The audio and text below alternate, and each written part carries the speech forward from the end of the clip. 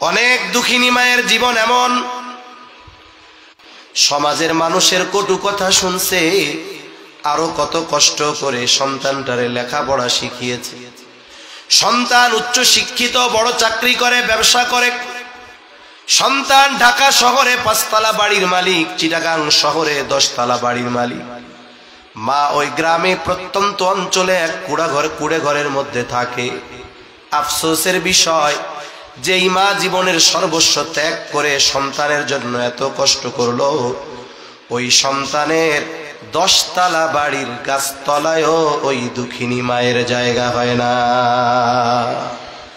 গ্রামে আছে, মানুষের কাছে চেয়ে চিনতে খাওয়া লাগে, অথচ ওই সন্তানের জন্য সব ত্যাগ করছে। আবার এমনও ঘটনা আমার জানা আছে, বৃদ্ধ মা সন্তানের বাসায় থাকে, যেই বেলা কাপড় চোপড় ধুয়ে দেয়, থালা বাসন ধুয়ে দেয়, ঘর মুছে দেয়, ওই বেলায় খাবার জুটে। আমানতু বিল্লাহ, আমি ঈমান এনেছি আল্লাহর উপর, ওয়া মালাইকাতিহি, ঈমান এনেছি ফেরেশতাগণের উপর, ওয়া কুতুবিহি, ঈমান এনেছি আল্লাহ তাআলার নাজিলকৃত কিতাব সমূহের উপর। 4 নাম্বার, ওয়া রুসুলিহি, ঈমান এনেছি আল্লাহর রাসূলগণের উপর। আমি ঈমান এনেছি এই বিষয়ের উপর যে তাকদীরের ভালো মন্দ সব আল্লাহর তরফ থেকে হয়।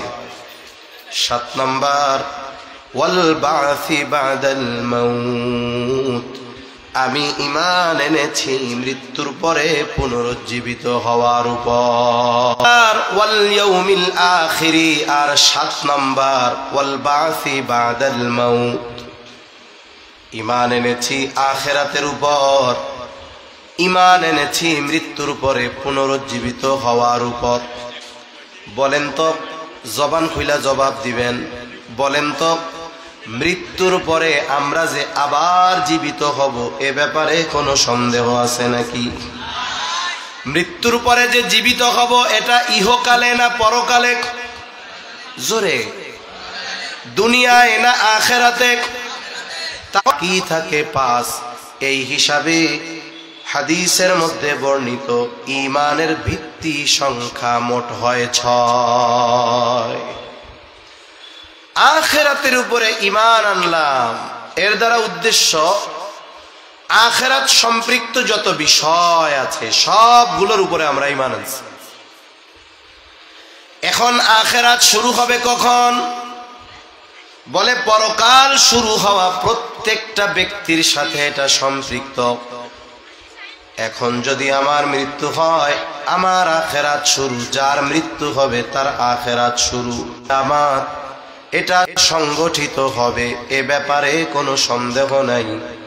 কিয়ামত হলো এমন এক সত্য যেটার ওয়াদা দিয়েছেন আল্লাহ, আর কিয়ামতের সত্যায়ন করেছেন আল্লাহর প্রেরিত সব রাসূলগণ। কিয়ামত সংগঠিত হবে, কোনো সন্দেহ নেই। তবে কিয়ামত কখন সংগঠিত হবে?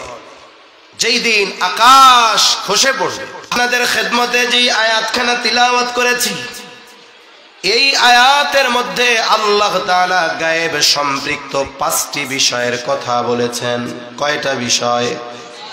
আরো জোরে বলেন, কয়টা? 5টা বিষয়ের কথা বলেছেন।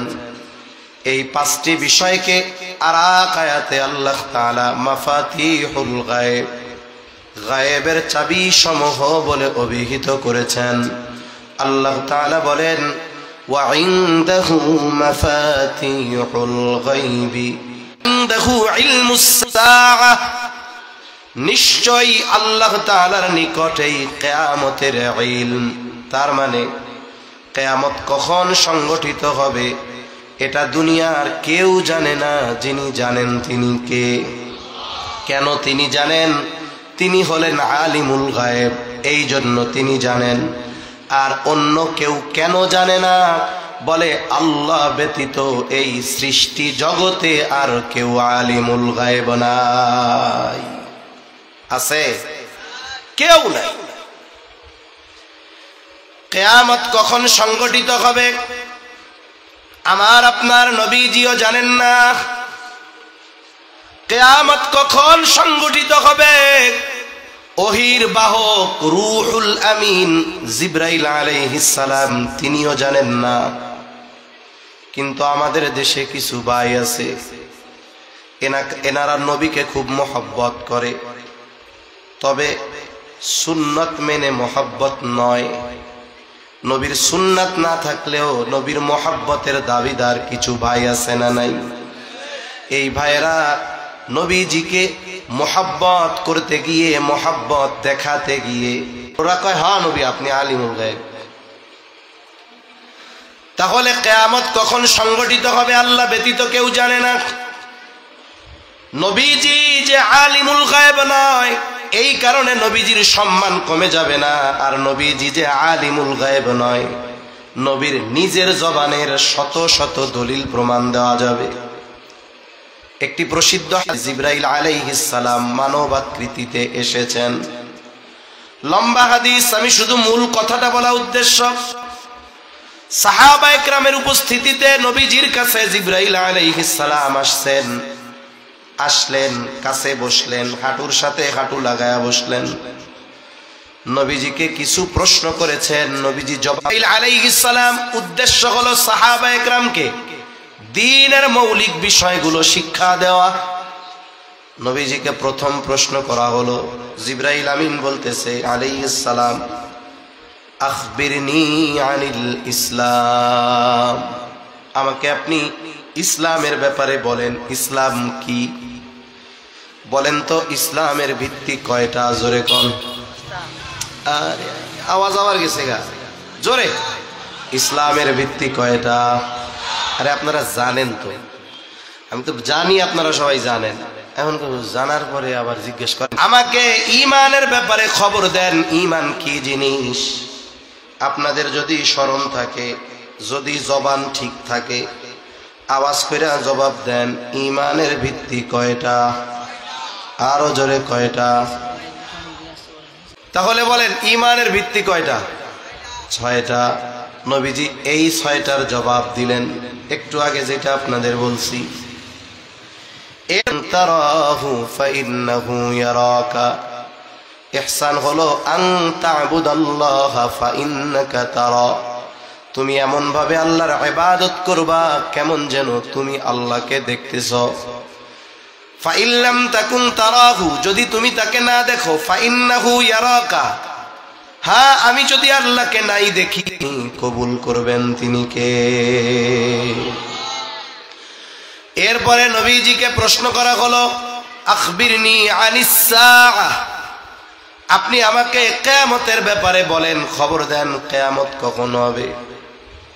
প্রশ্ন করতেছে রূহুল আমিন, ফেরেশতাদের সর্দার জিবরাইল আলাইহিস সালাম, ওহীর বাহক। জবাব দিচ্ছে রহমাতুল লিল আলামিন, ওহীর ধারক। যখন প্রশ্ন করা হলো আখবিরনি আনিস সাআহ, নবীজি তো জিবরাইল আলাইহিস সালামকে চিনতেছেন। নবীজি জবাব দেন, মাল মাসউলু আনহা বিআলামা মিনাস সাইল, এই ব্যাপারে যাকে প্রশ্ন করা হয়েছে সে প্রশ্নকারীর চাইতে বেশি জানে না।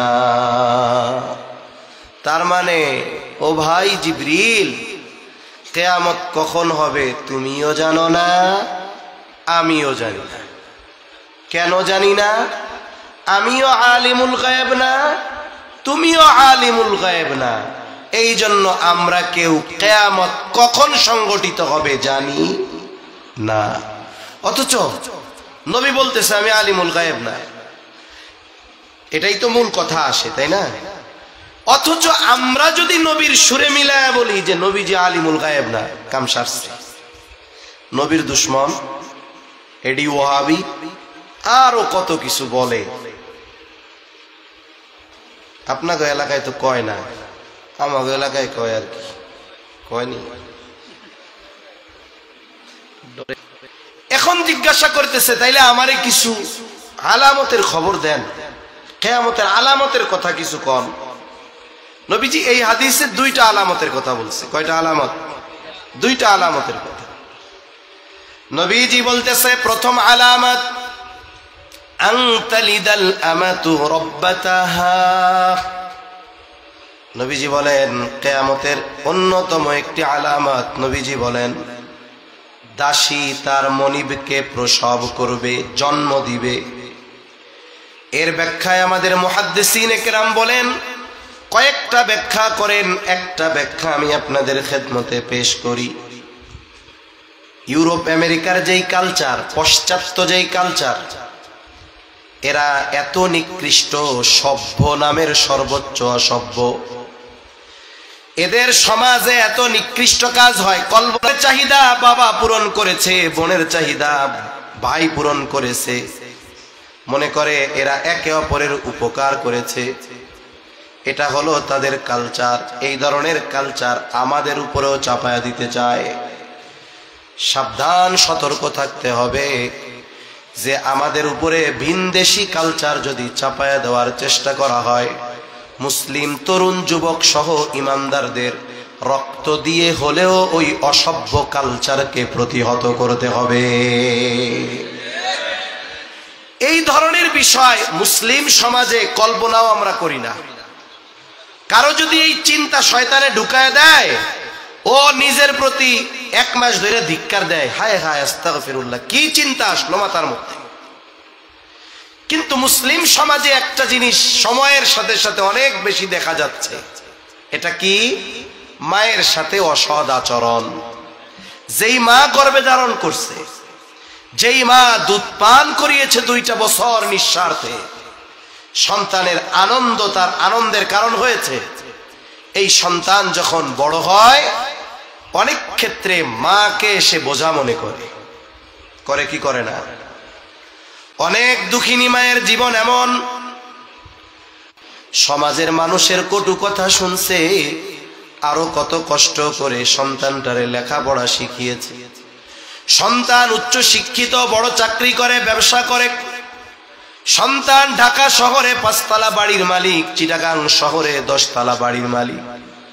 মা ওই গ্রামে প্রত্যন্ত অঞ্চলে এক কুড়ে ঘরের মধ্যে থাকে।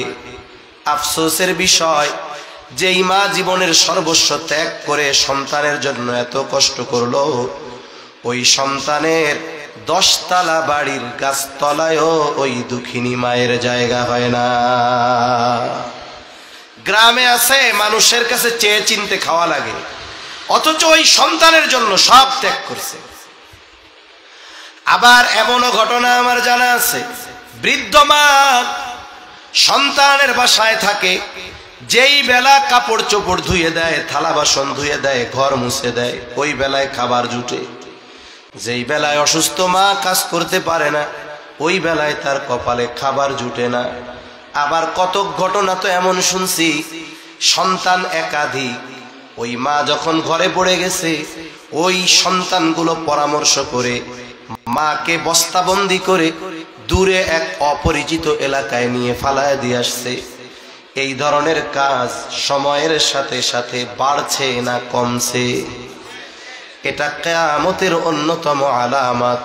খবরদার, সময়ের সাথে সাথে হয়তো এই ধরনের পাপ বাড়বে, কিন্তু আমার আপনার দ্বারা যেন আমার আপনার মা বাবার সাথে এমন। জিবরাইল আলাইহিস সালামও জানেন না, শুধু জানেন আল্লাহ। তবে নবীজি সাল্লাল্লাহু আলাইহি ওয়াসাল্লাম কিয়ামতের কিছু আলামত আমাদের জানায়া দিয়েছেন। সেই আলামত সম্পৃক্ত একটি হাদিস আপনাদের খেদমতে পাঠ করছি। নবীজি বলেন, 6টা বিষয়ের কথা নবীজি এই হাদিসের মধ্যে বলছেন। নবীজি বলছেন, এই 6টি বিষয় যতক্ষণ না সংগঠিত হবে ততক্ষণ পর্যন্ত কিয়ামত সংগঠিত হবে না। তার মানে কিয়ামত হওয়ার আগে এই 6টা বিষয় হবে। قال رسول الله صلى الله عليه وسلم لا تقوم الساعة حتى يقبض العلم।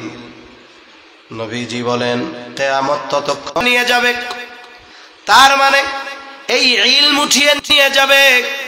এটাকে গ্রামের মানুষ, ওই সময়ের মানুষ বলতো কোরআন হাদিস কিয়ামতের আগে উঠায় নিয়ে যাবে। এখন উঠায় তো নিবে কোন পদ্ধতিতে? গ্রামের মানুষ গল্প বলতো, গল্পটা শোনাবো আপনাদের। শোনাবো? মুখ দিয়ে জোরে কর, শোনাবো? আচ্ছা কই দেখি। কইতেছে এ বেটা কেমন হুজুর, দূর এক দাসে কথা বলবো আমাকে দিয়ে আবার মুখ টুক নড়ায়। আব্বু ঘুমাও। কয় আগে আমার মোবাইল দাও, আমি একটু গেমস খেলা লই, এরপরে ঘুমাবো। এখনের পোলাপানের হইছে এই অভ্যাস। আর আমাদের সময় ঘুমানোর ওষুধ ছিল দাদা দাদি, মা বাবা, চাচা, এনাদের গল্প। ঘুমাই একটা গল্প কর। এখন দাদি, নানি বা দাদা গল্প কইতো। মনে করেন আমরা কইতাম ওই রাজার একটা ঘোড়া ছিল, ঘোড়ার দুইটা পাখনা ছিল, এরপরে কইছে ওই পাখনা দিয়া ঘোড়া হাঁটতো না, উইড়া চলতো। হুহাও নাই, দাদির গল্পও নাই। গল্প চলে কতক্ষণ, হুহা আছে যতক্ষণ। তার মানে চিন্তা করতো এটা যখন তাজা আছে, ঘুমায় নাই। ঘুম তো মৃত্যুর মতো, আর নাউমু কাল মাউত, ঘুম মৃত্যুর ন্যায়। তা গল্প চলতো কতক্ষণ, বলে হুহা আছে যতক্ষণ। এখন আপনারা যদি হুহা দেন তাইলে মনে করেন আমার একটু কথা বলতে ভালো হবে, হুহা দেওয়া যাবে তো। তা গল্পটা কই, কি গল্প শুনছি আমরা ছোটবেলায়। কয় একদিন ফজরের নামাজের সময় ইমাম সাহেব নামাজে দাঁড়াবে, তাকবীরে তাহরিমা বলবে, মানে আল্লাহু আকবার বলে হাত বাঁধবে, সানা পড়বে, আউযু বিল্লাহ বিসমিল্লাহ পড়বে। বলেন তো এরপরে যেই সূরা পড়বে সেই সূরার নাম কি? পড়ে না। কি ব্যাপার? ইমাম সাহেব চিন্তা করে সূরা ফাতিহা ভুইলা গেলাম নাকি, পেছন থেকে মুসল্লি কয় না কেন। অবস্থা এমন, সূরা ফাতিহা ইমামও ভুলে গেছে, মুসল্লিও ভুলে গেছে। কিছু সময় পর ইমাম সাহেব নামাজ ছেড়ে দিয়ে চিন্তা করবে সূরা ফাতিহা, একটু মসজিদের তাক থেকে কোরআনটা নিয়ে একটু সূরা ফাতিহায় নজর বুলাই। উনি এইবার গিয়া সূরা ফাতিহা দেখার জন্য কোরআন খুলবে। হায় হায়, গল্প খুইলা দেখবে কোরআনের পাতায় কোনো লেখা নাই, সব সাদা হয়ে গেছে। ওই গল্প বলতো যে এক রাত্রিতে আল্লাহ তাআলা গোটা পৃথিবীর কোরআন হাদিসের লেখা উঠায় নিয়ে যাবে, এইরকম ভাবে কোরআন হাদিস উঠে যাবে। তাহলে নবীজি কি বলছেন? কিয়ামতের আগে ইলম উঠিয়ে নেওয়া হবে। গ্রামের মানুষ বলতো কোরআন হাদিসের লেখা উঠিয়ে নিয়ে যাওয়ার মাধ্যমে ইলম উঠায় নেওয়া হবে, কিন্তু নবী জানেন আল্লাহ তাআলা মানুষের অন্তর থেকে একত্রে ইলম উঠায় নিবেন না। ওয়ালাকিন ইয়াকবিযুল ইলমা বিকবদিল উলামা। নবীজি বলেন আল্লাহ তাআলা আলেমদেরকে উঠিয়ে নেওয়ার মাধ্যমে ইলম উঠায় নিবে। আলেমদের উঠিয়ে নিয়ে যাওয়ার মাধ্যমে ইলম উঠায় নিয়ে যাওয়া হবে। সমকালীন সময়ে, কাছাকাছি সময়ে আমাদের দেশের যেই সমস্ত বুজুর্গানে দ্বীন, উলামায়ে কেরাম দুনিয়া থেকে চলে গেছে, শাইখুল ইসলাম আল্লামা শাহ আহমদ শফি রহমাতুল্লাহি আলাইহি, জুনাইদ বাবু নগরী রহমাতুল্লাহি আলাইহি, মুফতি আব্দুস সালাম চটগামি রহমাতুল্লাহি আলাইহি, আল্লামা ইয়াহইয়া রহমাতুল্লাহি আলাইহি, ওই দিক দিয়া পটিয়ার আব্দুল হালিম বুখারী রহমাতুল্লাহি আলাইহি, হাফেজ আহমদুল হক রহমাতুল্লাহি আলাইহি। বলেন তো এই যে এক একজন আলেম দুনিয়া থেকে চলে গেছে, মুফতি আব্দুস সালাম রহমাতুল্লাহি আলাইহি নাই, শাইখুল ইসলাম আল্লামা আহমদ শফি রহমাতুল্লাহি আলাইহি নাই, কায়েদে মিল্লাত বাবু নগরী রহমাতুল্লাহি আলাইহি নাই। বলেন তো ওনাদের জায়গা পূরণ করার মতো, ওনাদের মতো আর একজন আলেম দুনিয়ায় আছে নাকি? ওনাদের মতো নাই। পরবর্তী প্রজন্মে এখন যারা আছে, এ যুগের অন্যতম শ্রেষ্ঠ মুহাদ্দিস, সময় অনুযায়ী ওই সময়ের শ্রেষ্ঠ আছে, কিন্তু তার অতীতে যারা ছিল তাদের মতো নাই। এভাবে আস্তে আস্তে কি হবে? এখন যারা আছেন সময়ের সাথে সাথে সাথে সাথে সাথে সাথে সাথে সাথে অতীতের যে মানুষের ইলমি গভীরতা, ওই গভীরতা আস্তে আস্তে কমবে। এক সময় কি হবে, এইরকম মুহাক্কিক মুত্তাকি উলামা ইকরামকে আল্লাহ তাআলা উঠায় নিয়ে যাবে। এবার জাহেলদেরকে মানুষ ধর্মীয় নেতা বানাবে, এদের কাছে ফতোয়া চাইতে যাবে। যে ফতোয়া গ্রহণ করবে ওইটাও যেমন গোমরাহ হবে, যে ফতোয়া দিবে ও গোমরাহ হবে। এজন্য আমাদের কি করণীয়? আমাদের করণীয় হলো যেই সমস্ত আলেমরা আছেন এনাদের জন্য আল্লাহর কাছে দীর্ঘায়ু কামনা করা। এখন এই আলেমরা কোন জায়গা থেকে আসলেন? মাদ্রাসা আছেন, মাহমুদুল হাসান বাবু নগরী আছেন, এই মুরব্বীরা আছেন, এনাদের বদৌলতে আল্লাহ তাআলা কিয়ামতকে আমাদের থেকে দূরে সরায় রাখতেছেন। এনাদের যাওয়ার সিরিয়াল যত দ্রুততার সাথে হবে কিয়ামত আমাদের তত দ্রুত কাছাকাছি চলে আসবে। এই যে কিয়ামত যে আমাদের উপরে আসতেছে না এখনো, এটা এই সমস্ত উলামা ইকরামের সম্মানার্থে। এজন্য আমরা মুরব্বী যারা আছেন এনাদের কদর করব, প্রতিষ্ঠানগুলোর প্রতি কল্যাণকামী হব, দোয়ার মধ্যে শরীক রাখব। তাহলে কি হবে? এখান থেকে আশা করা যায় ওই রকম মুহাক্কিক আলেম বের হবে, মুত্তাকি আলেম বের হবে, যাদের কারণে আল্লাহ তাআলা কিয়ামতের দূরে সরায় রাখবে। তাহলে এক নাম্বার, নবীজি সাল্লাল্লাহু আলাইহি ওয়াসাল্লাম বলেন কিয়ামত ততক্ষণ পর্যন্ত সংগঠিত হবে না যতক্ষণ না ইলম উঠিয়ে না নেওয়া হবে। আর ইলম উঠিয়ে নেওয়ার পদ্ধতি কোরআন হাদিস এক রাত্রে উঠে যাবে না, বরং আলেমদেরকে উঠিয়ে নেওয়ার মাধ্যমে ইলম উঠায় নেওয়া হবে। দুই নাম্বার, নবীজি সাল্লাল্লাহু আলাইহি ওয়াসাল্লাম বলেন ওয়া তাকসুরাজ জালাজিলু, কিয়ামতের আগে জালজালা ভূমিকম্প বেড়ে যাবে। ভূমিকম্প এটা সব সময় পৃথিবীতে হয়, কিন্তু আমরা টের পাই না। ভূমিকম্প কেন হয়?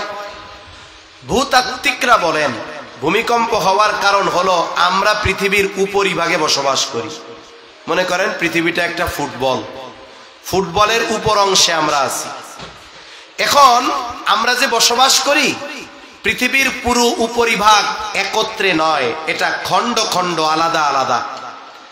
বিজ্ঞানের ভাষায় এক একটা খণ্ডকে এক একটা প্লেট বলে, সহজার্থে বোঝানোর জন্য বলতেছি।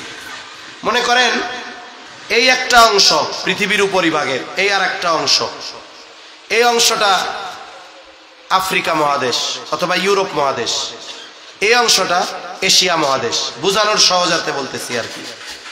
এখন এর উপরে আছে ইউরোপ বা আফ্রিকার মানুষেরা, এর উপরে আছে এশিয়ার মানুষেরা। এখন এই প্লেটগুলো আলাদা আলাদা, এগুলো নড়াচড়া করে, এগুলো নড়াচড়া করে, এক জায়গায় স্থির না।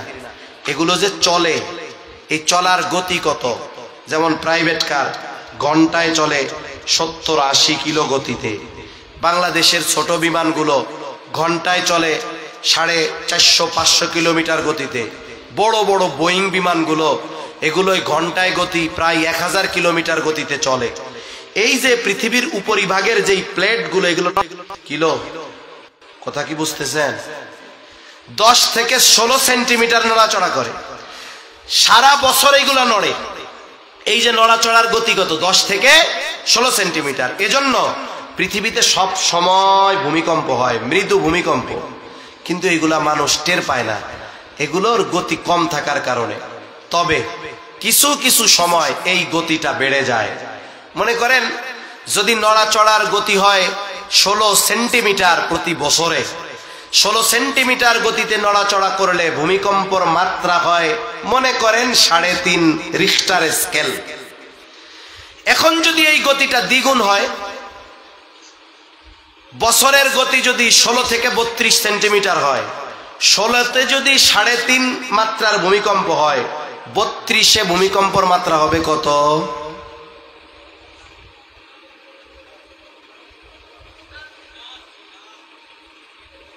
দুই তিনজন বুঝলেন, আমি কি আপনাদের বোঝাতে ব্যর্থ? যদি গতি 16 সেন্টিমিটার হয়, 16 সেন্টিমিটারে যদি 3.5 হয়, 32 সেন্টিমিটারে কত হবে? 7 মাত্রার। তা এই যে 32 সেন্টিমিটার গতি, এটা কয় মিনিট ধরে হয়? কয় 5 সেকেন্ড 7 সেকেন্ড। যারা একটু খবর টবর শুনেন আপনারা হয়তো খেয়াল করেন না, বলে না এই ভূমিকম্পের সময়কাল ছিল মাত্র 7 সেকেন্ড। এই 7 সেকেন্ড গতি ছিল, মনে করেন 32 সেন্টিমিটার গতিটা। তাও কত সময় বলে বাৎসরিক 1 বছরে গতি হলো 36 সেন্টিমিটার নড়াচড়ার গতি। মানে ওই গতিতে যদি চলে 1 বছরে অতিক্রম করবে মাত্র 36 সেন্টিমিটার। তা এই গতিটা ছিল কয় সেকেন্ড? 5 second, 7 second. তা এই 5-7 সেকেন্ডের ভূমিকম্প যখন হয়, কেমন যেন বাতাস এরকম নড়তেছে। এই সম্প্রতি সময়ে এই কয়েক বছরের মধ্যে বেশ বড় বড় কয়েকটা ভূমিকম্প হয়েছে। কিয়ামতের আগে এই ধরনের ভূমিকম্প আরো বাড়বে। দুনিয়ার মানুষ, যারা দুনিয়ামুখী মানুষ, এরা ভূমিকম্প বেশি হওয়ার কারণ দুনিয়ার নজর দিয়ে দেখে। এজন্য বলে এর মধ্যে জানায়া দেন, যাহারাল ফাসাদু ফিল বাররি ওয়াল বাহরি বিমা কাসাবাত আইদিন নাস। আল্লাহ তাআলা বলেন, জলে স্থলে যত রকমের বিপর্যয় হয়, জলে বা পানিতে কি হয়? বলে সিডর হয়, আয়লা হয়, লায়লা হয়, সুনামি হয়, জলোচ্ছ্বাস হয়। স্থলে কি হয়? পাহাড় ধস, ভূমিধস, ভূমিকম্প, অতিবৃষ্টি, অনাবৃষ্টি, অতি খরা।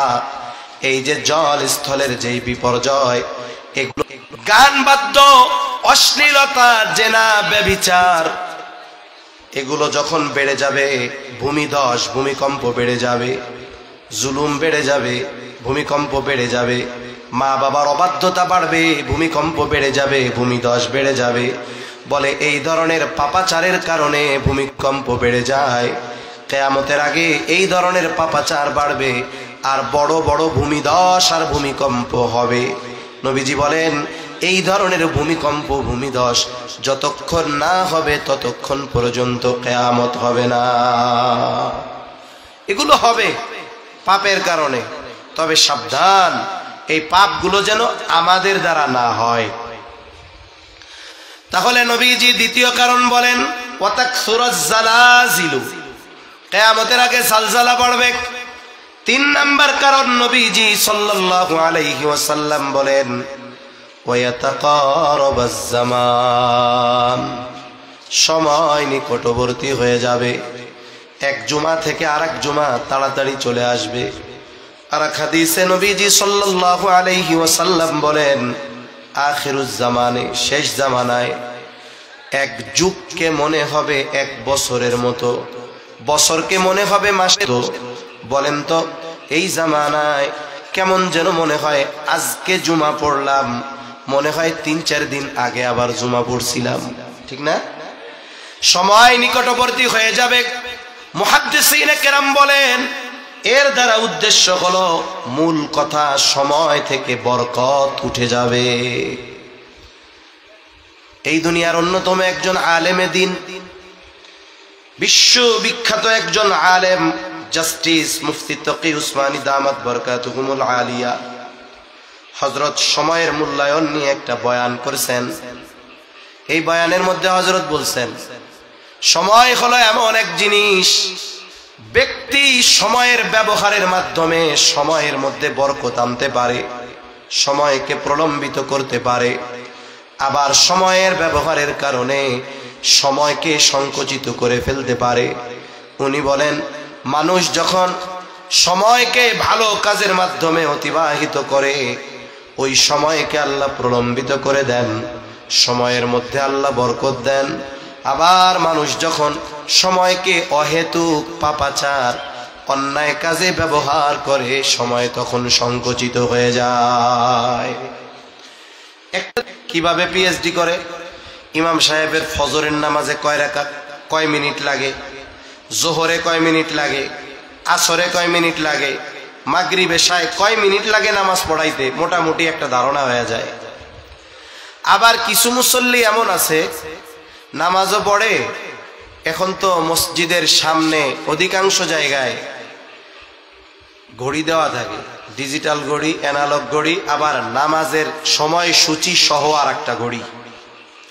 তা হিসাব আছে, ইমাম সাহেবের ফজরের নামাজে 10 মিনিট লাগে। ইমাম সাহেব যখন নামাজে দাঁড়াইলো 5টা 20-এ ফজরের নামাজ, হিসাব হইল 5 মিনিট পরে উনি প্রথম রুকুতে যাবে অথবা 4 মিনিট পরে রুকুতে যাবে। কি দিয়া দেয়? এটা হলো জাতীয় সিগন্যাল। সারা বাংলাদেশে ইমামরে সিগন্যাল দেওয়ার এই একটা শব্দ, কাশি কিন্তু নাই।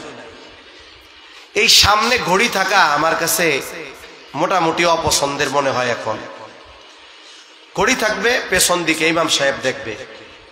মানুষের অবস্থা হলো এরকম, জুমার দিন যেমন আমাদের দেশের অধিকাংশ জায়গায় আমরা সানি খুতবা, দ্বিতীয় খুতবা যেটা একই খুতবা পড়ি, খুতবাতুল আহকামের আশরাফ আলী থানভী রহমাতুল্লাহি আলাইহির সংকলিত যেই খুতবা, সানি খুতবা আমরা পড়ি।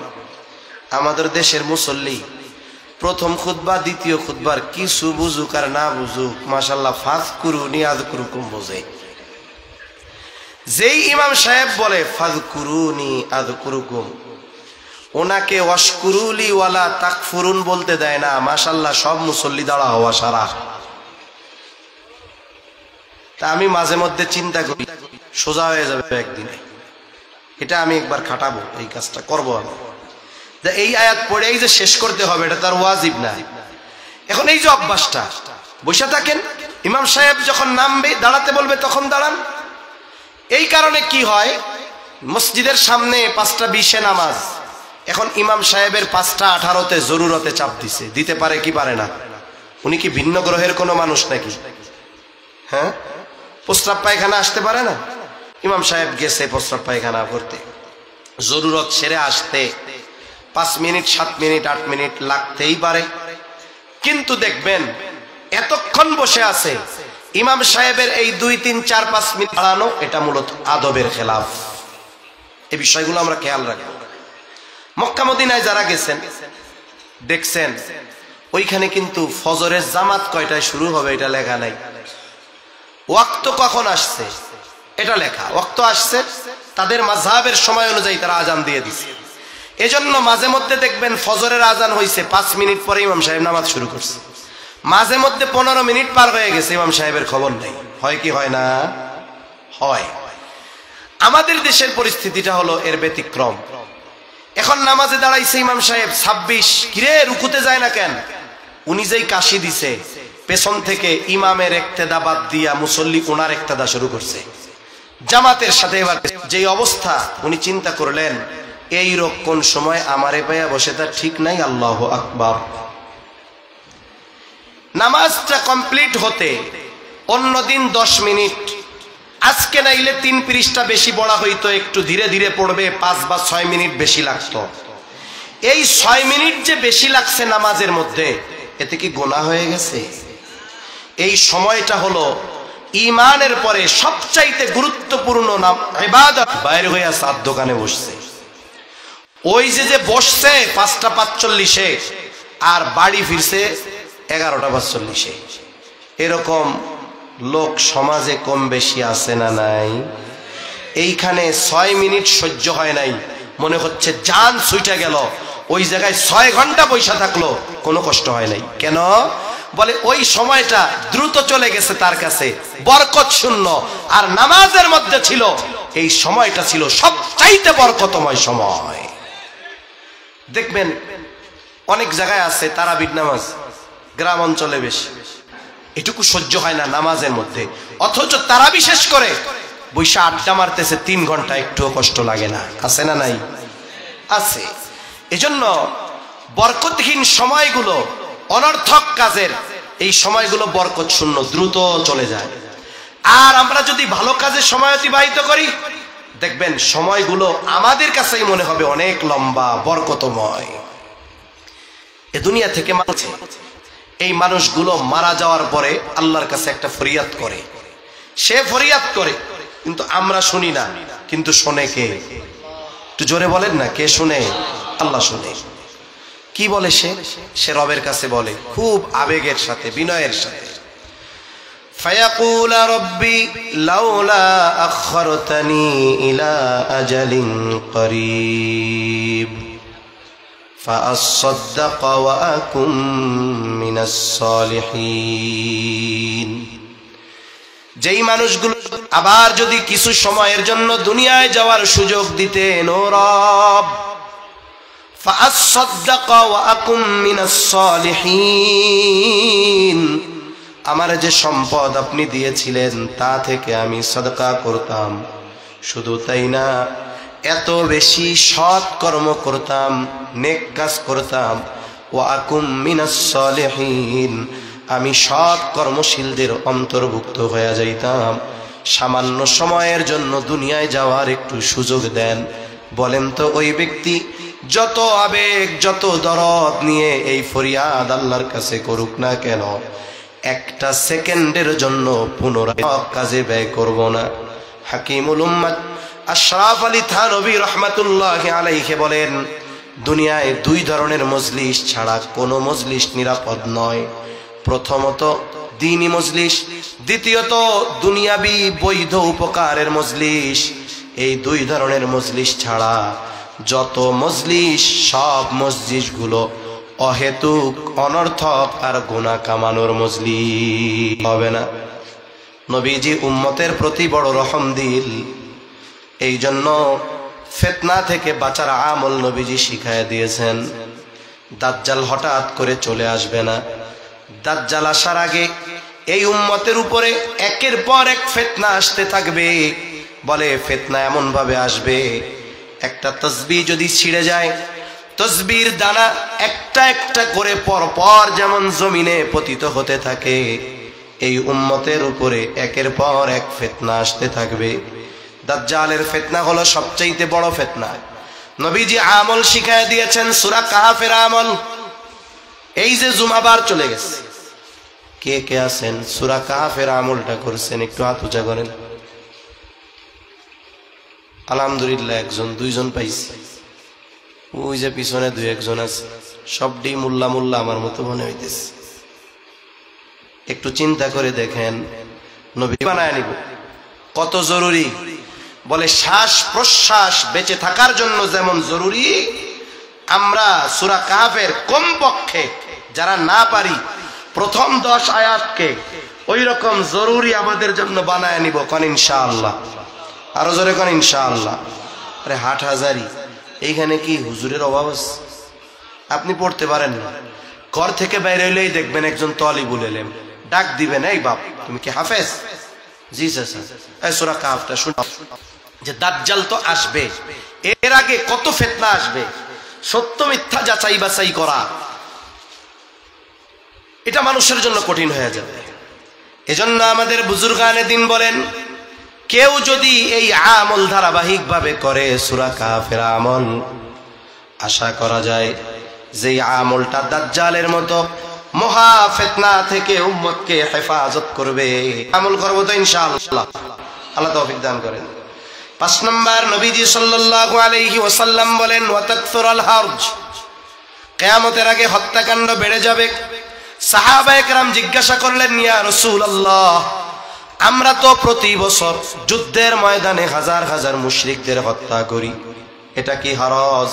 নবীজি হারজের পরিচয় দিয়ে বলেন, ওয়াহুয়াল কতলুল কতল, এটা হলো পারস্পরিক হত্যাকাণ্ড। মুসলমানদের সাথে কাফের মুশরিকদের হত্যাকাণ্ড নয়, বরং এটা হলো পারস্পরিক হত্যাকাণ্ড যা মুসলমানদের নিজেদের মধ্যে সংগঠিত হবে।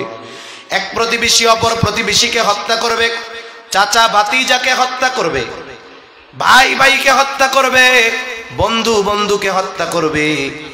এই দুনিয়ায় প্রতিদিন কাফেররা যত মুসলমান হত্যা করে তার চাইতে মুসলমানদের মাধ্যমে 10 গুণ বেশি মুসলমান হত্যা হয়, 1000।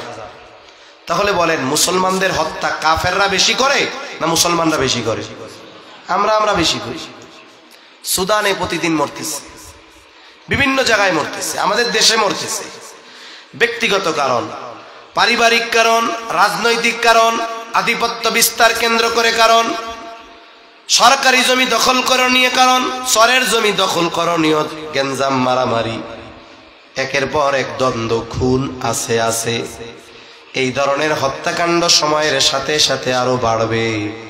সাবধান, বাড়বে ঠিক, কিন্তু আমাদের দ্বারা হত্যা করা কুফরি, আবার একজন খাঁটি মুসলমান, সে শুধু মুসলমানই নিছে আর গরুর গোশত খাইলেই সে মুসলমান হয় না।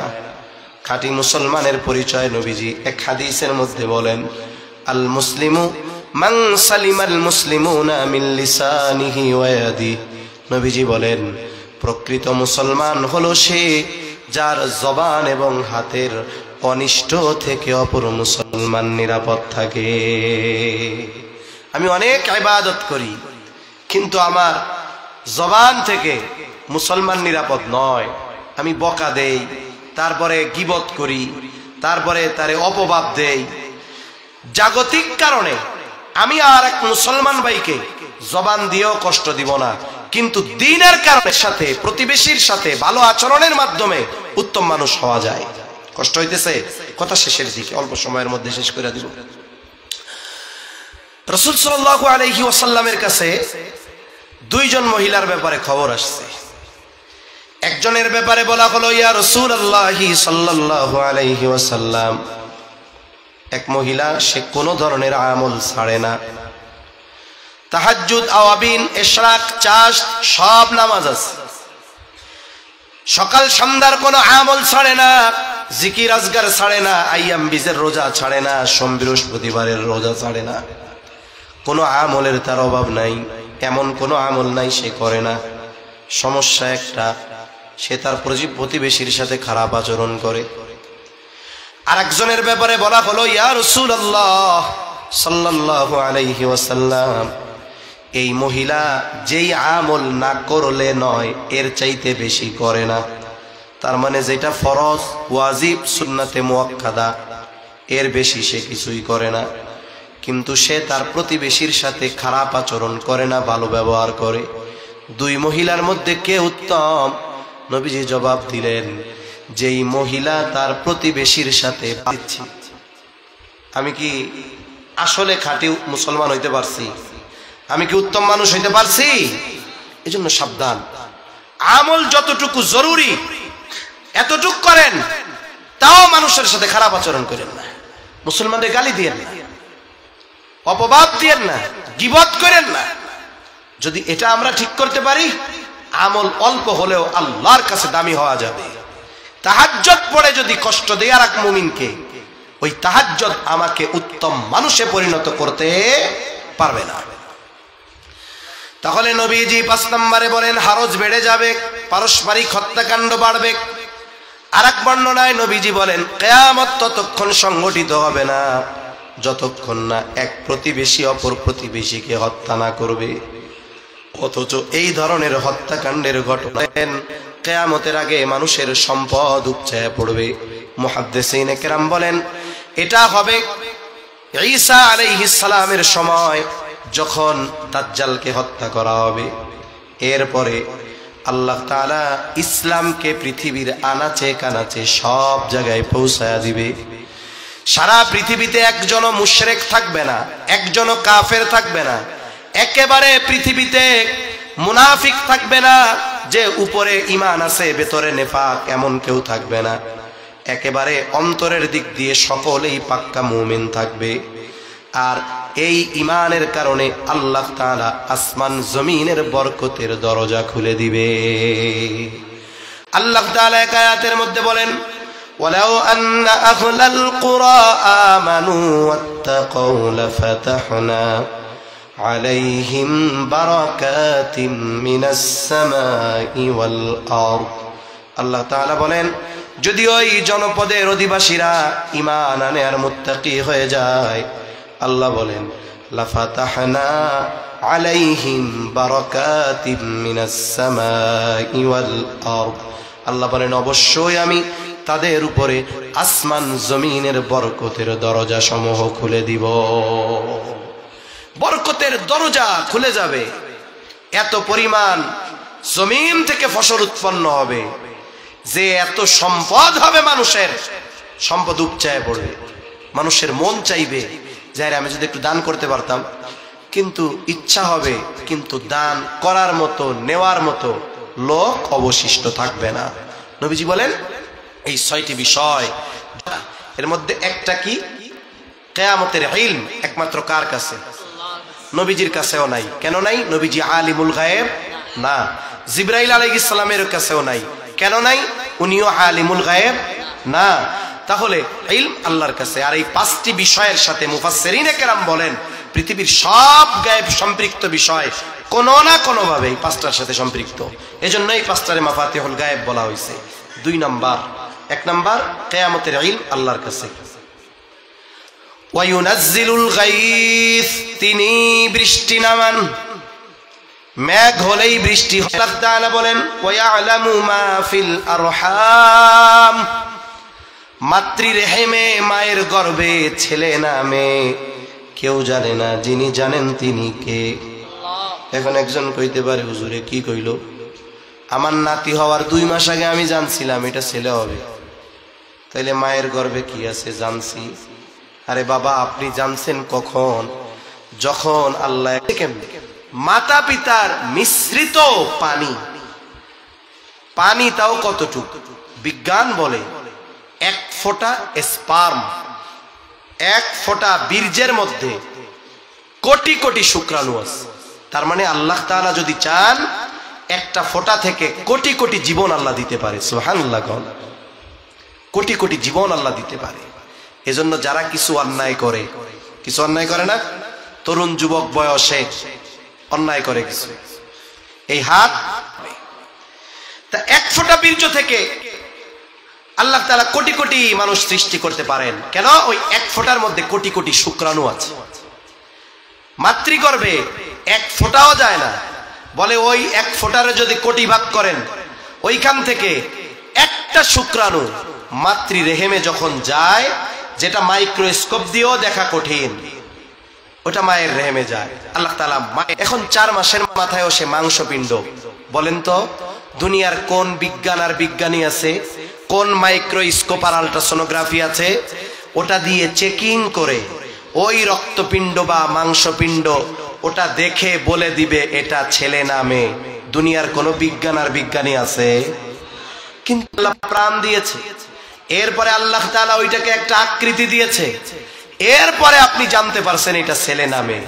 কিন্তু যখন রক্ত ছিল, বীর্য ছিল, মাংসপিণ্ড ছিল, তখন দুনিয়ার কেউ জানতো না এটা কি হবে, কিন্তু যিনি জানতেন তিনি কে? আরো জোরে বলেন কে? আল্লাহ জানতেন। এজন্য আল্লাহ তাআলা বলেন ওয়ায়ালামু মা ফিল আরহাম, মায়ের রেহেমে কি আছে দুনিয়ার কেউ জানে না, আল্লাহ জানে। এরপরে আল্লাহ তাআলা বলেন ওয়ামা তাদরি নাফসুম মাযা তাকসিবু গাদা, আর আছে সে করবে কি? কথা কয় না, শুকর করবে। কার শুকর করবে? সে শাকির হবে, কিন্তু আফসোস সে করে ফখর। শুকর বাদ দিয়ে কি করে? মানে অহংকার করে। এখন যার নাই সে করবে সবর। এখন সে কি হয়? সে হয়ে যায় হতাশ। সে কয় আল্লাহ গো, আমি তোমার হুকুম আহকাম মানি, ও আল্লাহ তুমি আমারই করব, আল্লাহর কৃতজ্ঞতা প্রকাশ করব।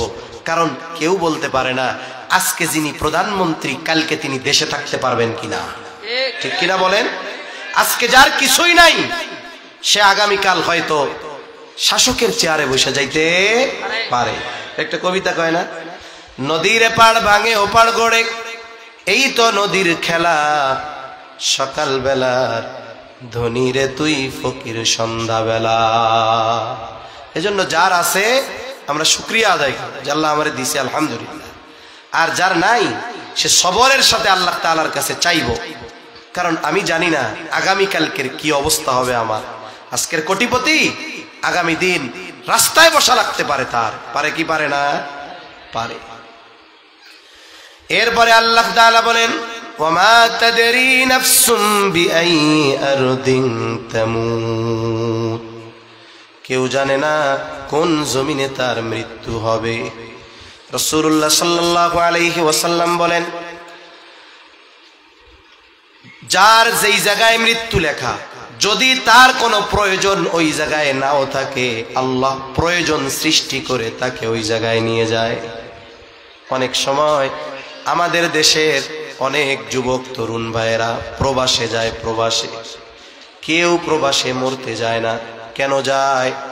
একটু সচ্ছলতা অর্জনের জন্য যায়, পরিবারের মুখে হাসি ফোটানোর জন্য যায়। কিন্তু আফসোস, প্রতিদিন প্রবাস থেকে দেশে লাশ আসে কি আসে না? ওই জায়গায় গেছিল উপার্জনের জন্য, কিন্তু ওই জমিনে আল্লাহ তার মৃত্যু লিখে রাখছে। এই জন্য উপার্জনের প্রয়োজন সৃষ্টি করে আল্লাহ তাকে ওই জায়গায় নিয়ে গেছে। তাহলে এই যে মৃত্যু হবে, সময় স্থান নির্ধারিত, কিন্তু আমাদের জানা নেই। আমাদের জানা আছে? এজন্য আমাদের কি করা দরকার? সব সময় প্রস্তুত থাকা দরকার। কারণ আমি জানি না, আমরা জানি না এখান থেকে বাসায় যেতে পারবো কিনা, আমরা জানি না আগামীকালের সূর্যোদয় আমরা দেখতে পারবো কিনা। এই নিশ্চয়তা আছে? যেহেতু নিশ্চয়তা নাই, তাহলে সব সময় মৃত্যুর জন্য প্রস্তুত থাকা, এটা হলো বুদ্ধিমানের কাজ। রাসূল সাল্লাল্লাহু আলাইহি ওয়াসাল্লাম বলেন, চালাক হলো ওই ব্যক্তি যে অল্প দিনের দুনিয়ারে কাজে লাগাইয়া অনন্তকালের জান্নাতের মালিক হয়ে যায়। এখন আমরা যদি এই অল্প দিনের দুনিয়ার পিছনে ঘুরে আখেরাত হারাই, তাহলে আমাদের মতো বড় বোকা আর কেউ নাই। এজন্য সম্মানিত উপস্থিতি, আল্লাহ তাআলা কোরআনুল কারীমে আমাদের পরিচয় দিতে গিয়ে সূরা বাকারার শুরুতে হুদাল্লিল মুত্তাকিন, কোরআন যে মুত্তাকিন তথা ইমানদারদের জন্য যে পথপ্রদর্শক, এই জায়গা মুত্তাকিন দ্বারা উদ্দেশ্য ইমানদার। আল্লাহ পরিচয় দিচ্ছেন ইমানদার কারা। পরিচয়ের প্রথমেই বলেন আল্লাযীনা ইউমিনুনা বিল গায়ব, যারা গায়েবের উপরে ঈমান আনছে। এগুলো আমরা দেখি না, জানি না, কিন্তু আল্লাহ এবং তার রাসূল আমাদের জানিয়েছেন, আমরা নিঃসন্দেহে দৃঢ়তার সাথে এগুলো বিশ্বাস করি। ঠিক কিনা বলেন? এজন্য গায়েব সম্পৃক্ত বিষয়ের উপরে যার যত বেশি আস্থা ঈমান, দেখবেন তার দুনিয়ার কাজ তত সুন্দর। কিয়ামত গায়েব সম্পৃক্ত বিষয়, হিসাব নিকাশ গায়েব সম্পৃক্ত বিষয়, পুলসরাত গায়েব সম্পৃক্ত বিষয়, জান্নাত জাহান্নাম গায়েব সম্পৃক্ত বিষয়। এজন্য যে গায়েবের এই বিষয়গুলোর উপরে যত বেশি আস্থা আনতে পারবে, ঈমানকে মজবুত করতে পারবে, তার দুনিয়ার কর্ম তত সুন্দর হবে। সাথে সাথে কিয়ামত সংগঠিত হওয়ার আগে অনেক পাপাচার অনাচার এগুলো বাড়বে, এটা আল্লাহর রাসূল বলছে। তবে এই বাড়াটা যেন আমার দ্বারা না হয়, আমাদের দ্বারা যেন না হয়। যেগুলো বর্জনীয় মন্দ, এগুলো থেকে বাঁচবো, যেগুলো ভালো এগুলো করব। কোন ইনশাআল্লাহ? আরো জোরে ইনশাআল্লাহ। আল্লাহ সুবহানাহু ওয়া তাআলা আমাদের কথাগুলো বুঝবার তৌফিক দান করেন। আমিন। ওয়া আখিরু দাওয়ানা আনিল হামদুলিল্লাহি রাব্বিল আলামিন। আমরা দুরূদ শরীফ পাঠ করি। আল্লাহুম্মা তাআলা ইব্রাহিম ওয়া আলা আলি ইব্রাহিম ইন্নাকা হামিদুম মাজিদ। আলহামদুলিল্লাহি রাব্বিল আলামিন ওয়াল আকিবাতু লিল মুত্তাকিন। والصلاة والسلام على خير خلقه محمد وعلى آله وأصحابه أجمعين. ربنا ظلمنا أنفسنا وإن لم تغفر لنا وترحمنا لنكونن من الخاسرين. ربنا آتنا في الدنيا حسنة وفي الآخرة حسنة وقنا عذاب النار. যারা দুনিয়া ছেড়ে চলে গেছে, মাফ করে কবরগুলো আপনি জান্নাতের টুকরো বানায় দেন। আয় আল্লাহ, যারা অসুস্থ আছে সুস্থতা দান করেন আল্লাহ। খাস করে আজকের মাহফিল আপনি কবুল করে নেন। মাহফিল কামিয়াবির জন্য দেশ ও প্রবাস হতে যে যেভাবে সহযোগিতা করেছে আল্লাহ, সকলের সকল প্রকার সাহায্য সহযোগিতা আপনি কবুল করে নেন। সংগঠনের সদস্যদের কবুল করে নেন। আয় আল্লাহ, বিশেষ করে যারা প্রবাসে আছে তাদের ভালো রাখেন, সুস্থ রাখেন, ঈমান আমলের উপরে রাখেন, সুস্থতা ও স্বাবলম্বিতার সাথে পুনরায় মায়ের কোলে ফিরে আসার তৌফিক আল্লাহ আপনি দান করেন রব্বুল আলামিন। খাস করে মালিক, মাহফিল কামিয়াবির জন্য যারা যেভাবে সহযোগিতা করেছে কবুল করে নেন। মাহফিলকে কিয়ামত পর্যন্ত জারি রাখার জিম্মাদারি আল্লাহ আপনি নিয়ে নেন রব্বুল আলামিন। तमाम दुनियार मुसलमानদের जान माल अपनी हिफाजत करें। सुदानेर मुसलमानদের हिफाजत करें अल्लाह। आय अल्लाह, उइगुरेर मुसलमानদের हिफाजत करें। गाजार मुसलमानদের हिफाजत करें। भारतेर निर्यातित मुसलमानদের हिफाजत करें। যেখানেই মুসলমান মাজলুম, আয় আল্লাহ আপনি তাদের জন্য সাহায্যকারী হয়ে যান রব্বুল আলামিন। तमाम দুনিয়ার মুসলমানদের এক হওয়ার তৌফিক দেন। আয় আল্লাহ, আমাদের একে অপরের প্রতি হৃদ্রতা ভালোবাসা বাড়ায়া দেন। লোভ হিংসা অহংকার মুক্ত হৃদয় দান করেন। আয় আল্লাহ, খাস করে আমাদের মধ্যে যাদের মা বাবা দুনিয়া ছেড়ে চলে গেছে, আল্লাহ গুনার কারণে যদি কারো মা বাবার কবরে আযাব হয়, কবরের আযাব আপনি মাফ করে দেন, কবরগুলো জান্নাতের টুকরো বানায়া দেন, কিয়ামতের দিন হিসাব সহজ করে জান্নাতের ব্যবস্থা করে দিয়েন। যাদের মা বাবা বেঁচে আছে সুস্থ দীর্ঘ নেক হায়াত আল্লাহ আপনি দান করেন। রব্বুল আলামিন আমাদের স্ত্রী সন্তান আমাদের জন্য চক্ষু শীতলকারী হিসাবে কবুল করে নেন। যাদের সন্তান অবাধ্য আছে সন্তানগুলোকে আপনি বাধ্য করে দেন।